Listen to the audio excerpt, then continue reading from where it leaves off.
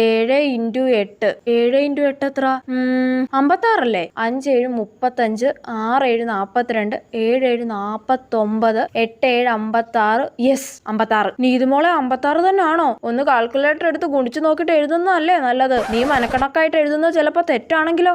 എന്നാ കാൽക്കുലേറ്റർ എടുത്ത് ഒന്ന് ഗുണിച്ചു നോക്കാം. 7 × 8. 56 തന്നെ. അമ്മേ, ഞാനങ്ങ് പേടിച്ചു പോയി. മനസ്സിന്റെ ഓരോരോ തോന്നലുകളെ.